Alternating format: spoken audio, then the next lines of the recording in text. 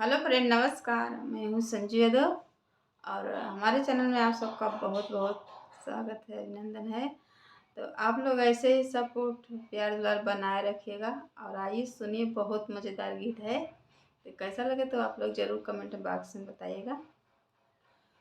मिर्चिया ही Becher जाऊ हो गैले व्यापारी हो, मिर्चिया ही बेच बलमा हो गैले व्यापारी हो गैले व्यापारी सखी हो गैले व्यापारी हो, मिर्चिया ही बेच बलमा हो गैले व्यापारी हो।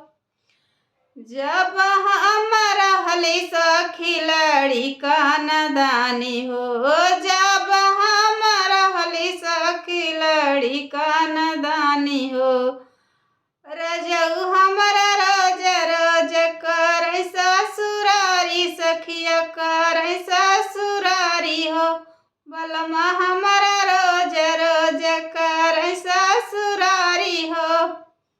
मिर्चिया ही बेच बलमा हो गैले व्यापारी सखिया हो गैले व्यापारी हो, मिर्चिया ही बेच बलमा हो गैले व्यापारी हो।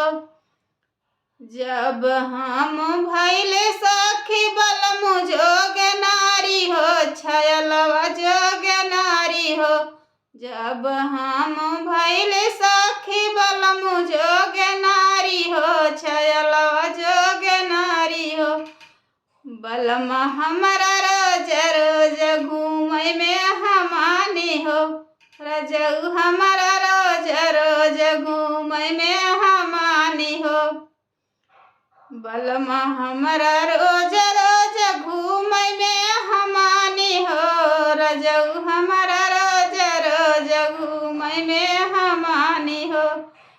मिर्चिया ही बेच बलमा हो गैले व्यापारी सखिया हो गैले व्यापारी हो, मिर्चिया ही बेच बलमा हो गैले व्यापारी हो।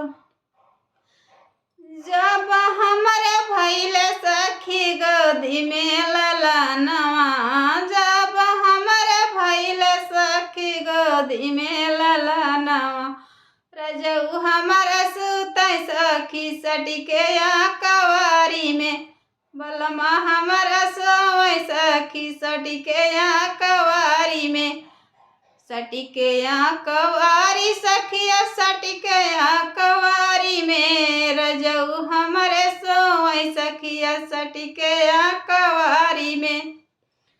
मिर्चिया ही बेच बलमा हो गैले व्यापारी हो, मिर्चिया ही बेच रजऊ हो गैले व्यापारी हो। कैसा लगे तो आप लोग जरूर कमेंट में बताइएगा।